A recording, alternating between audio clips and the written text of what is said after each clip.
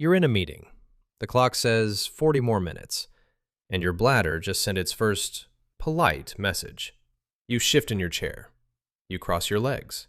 You tell yourself, I'll go after this. Everybody does this. The full bladder, the weight, the little private negotiation with your own body. It feels like nothing, a minor inconvenience. Willpower versus plumbing. But here's what nobody tells you. That quiet standoff has a body count. People have actually died mid-negotiation with a full bladder. Not from disease, not from poison, from waiting. And the strangest part isn't that it can kill you, it's how. By the end of this, one word will change how you sit through your next long meeting. The word is pressure, not embarrassment, not urgency. Pressure. Measured. Physical. Rising. There's a hidden number your bladder crosses long before you feel desperate. Most people never learn it. Once you do, you'll feel it happening in real time. You will never sit through a full bladder meeting the same way again. But to see the danger, you have to see what's actually inside you. Most people think the bladder is a balloon. It fills, it stretches, you empty it, done. That's not it. Your bladder is a muscle. A hollow bag of smooth muscle called the detrusor, woven in spirals. And it doesn't passively wait to be drained. It reports. Stretch sensors line the wall. They fire signals up your spinal cord as it fills.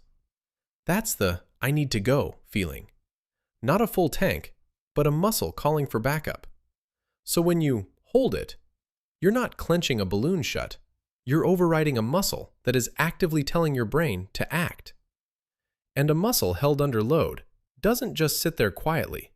It builds tension.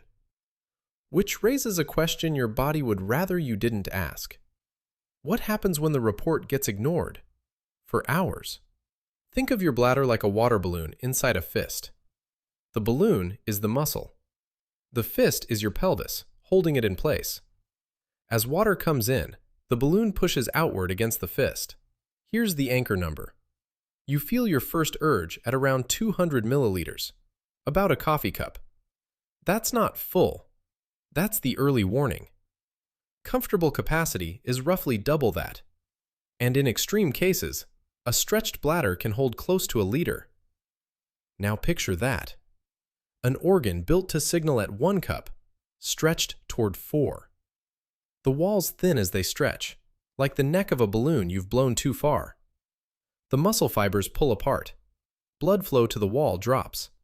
And the pressure inside climbs. Not gently, but with every extra sip and every minute. Your body has a release valve for this. It's called urinating.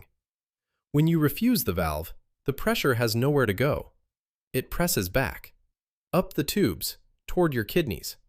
And that's where a simple hold it stops being simple. Here's the fact, plain. A bladder can burst. Not as a figure of speech, as a medical event. Doctors call it spontaneous bladder rupture. The overstretched wall gives out, and urine floods into the abdominal cavity. Now, be clear. This is rare. Most of the time, holding it just makes you miserable, not dead. Your body usually forces the issue before real damage. That's the honest caveat, and it matters. But rare is not never. And it doesn't happen at your meeting. The meeting is the safe version. Same instinct. I'll go after this. Low stakes. Sooner or later, the urge wins, and you get up. The danger lives somewhere else. Change the scene. It's a wedding, 3 drinks in. A festival, pinned in the crowd. A long flight after the drinks cart. Now you can't just go. The toilet is 40 people deep, and you'll lose your spot. The seatbelt sign is on, and the window seat has you trapped. Leaving the head table would be rude.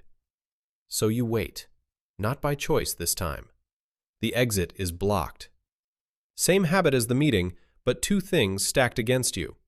You physically can't leave, and the alcohol just disabled your early warning system. Alcohol makes you produce more urine, so the bladder fills faster.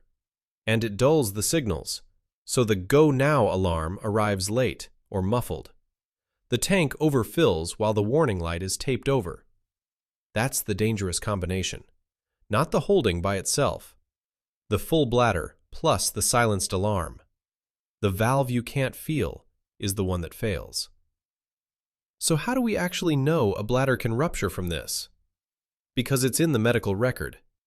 Case reports describe people arriving at the ER with sudden, severe abdominal pain after a night of heavy drinking, and a bladder that had torn open on its own, with no outside injury at all. One published account describes a man whose spontaneous bladder rupture followed exactly this pattern.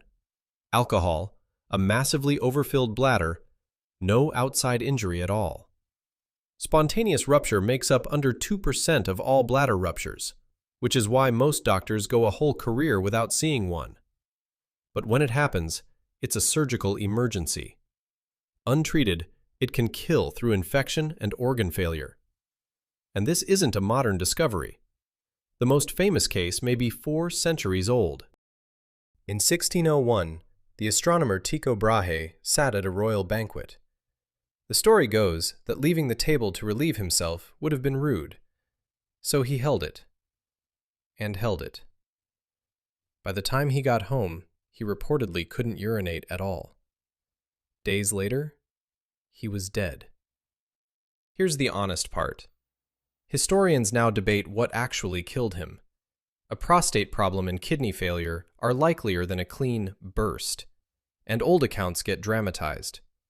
So treat the burst bladder legend as a story, not a citation. But the reason it survived 400 years is that everyone recognizes the setup. The full bladder, the social pressure, the refusal to just go. Now widen the lens. This isn't a rare disease story. It's a nearly universal behavior.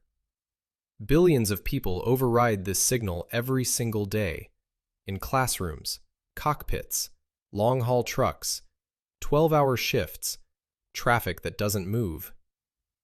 And the danger isn't only the dramatic burst. It's the slow tax. Holding urine regularly can inflame the bladder lining and raise your risk of urinary tract infections, because stagnant urine is a breeding ground for bacteria.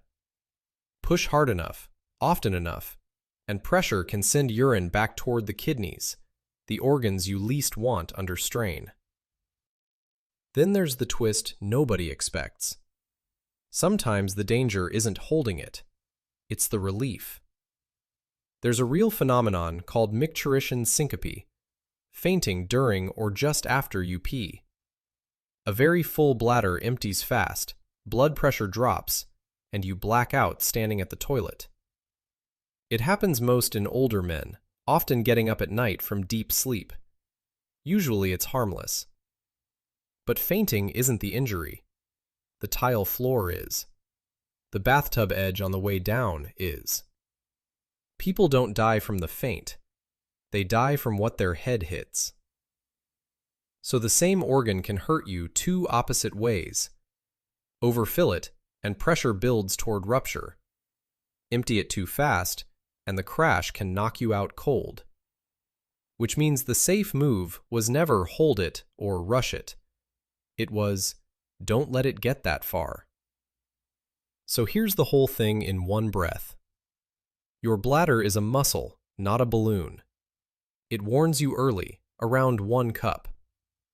Ignore it long enough, and pressure climbs. Thin walls, strained kidneys, higher infection risk, and in rare, real cases, a rupture that turns a full bladder into an emergency. Add alcohol, and you mute the alarm while the tank overfills. None of this means panic. Your body is good at forcing you to go.